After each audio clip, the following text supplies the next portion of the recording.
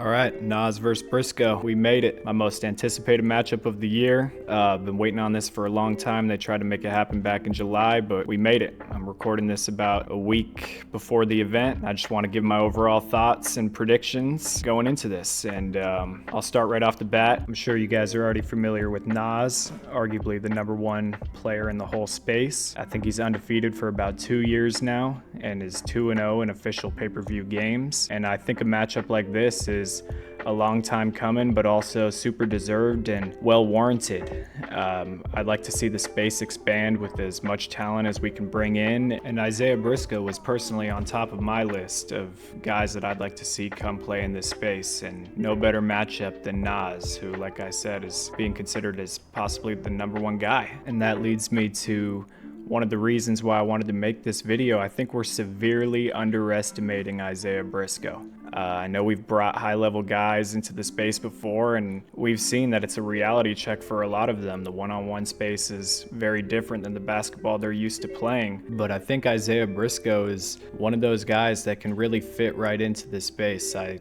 think his game is suited for this kind of style. I think his resume speaks for itself, obviously.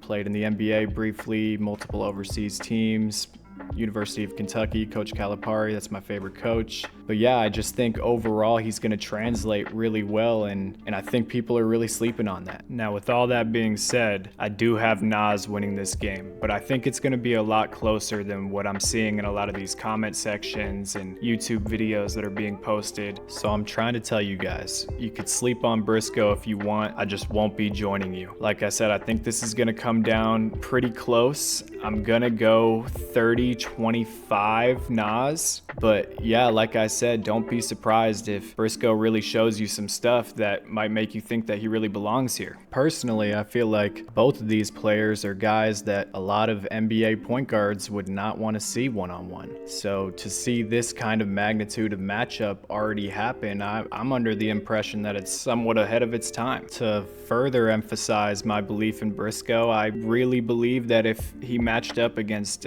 Zay or a Rob, I would have him as the favorite. And I do want to make this part really clear. There will be a learning curve, in my opinion, just like anybody else who stepped out into the scene. I mean, we really only seen Eugene German come in here and not have any problems. But if there's a little bit of growing pains, I don't think it's going to stop us from seeing the bigger picture of what he could be. So yes, I do expect Briscoe to not be happy with some of the foul calls or lack thereof, really. I do expect him to not know some of these veteran tactics that help you save energy that a lot of these guys that have played over and over and over again have mastered at this point. And yes, a game to 30 is a lot longer than people think it is, and I hope Isaiah Briscoe is prepared for that.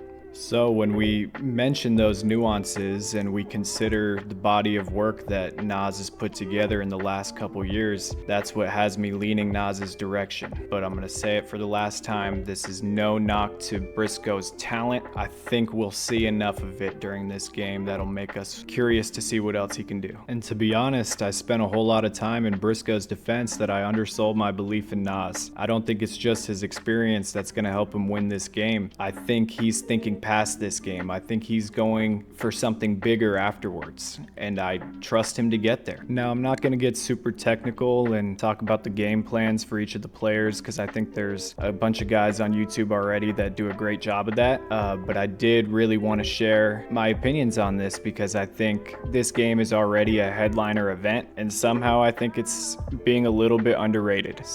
But yeah, I think that covers everything that I gotta say. Just super excited once again that they're finally making this game happen. I'll be tuning in on the 8th. And if you guys enjoyed this video, leave a like and subscribe. Comment your opinions down below. I'll respond to all of them. And yeah.